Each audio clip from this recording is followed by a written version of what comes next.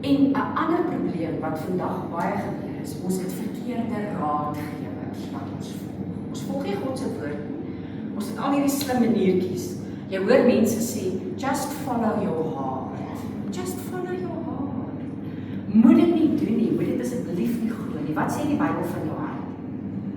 Jou hart is bedrieglik bo alle dinge. Nou, hoe kan jy nou agter jou bedrieglike hart aanloop? Dis die verkeerdste raad wat iemand ooit vir jou kan gee. Al klink dit hoe goed. En dan is daar natuurlik mense wat lewensredders aanlyn volg, nê? Met al hierdie wonderlike maniere wat hulle sê, dit is hoe jou brein werk, en jy moet nou net hierdie ding en hierdie ding bymekaar sit, en dis jou strategie, en dis alles sulke mooi goed. En partykeer gebruik hulle God se woord ook so tussenin, dan vat hulle so versies saam. Dit is die verkeerdste manier waarop jy jouself kan help. Dit kom met 'n gebed, op jou knieë. Jy smeek die Here en jy moet verander. Daar's nie iets wat dieselfde kan bly nie, anders gaan niks verander nie. Dit begin by jouself. Dit begin by jouself.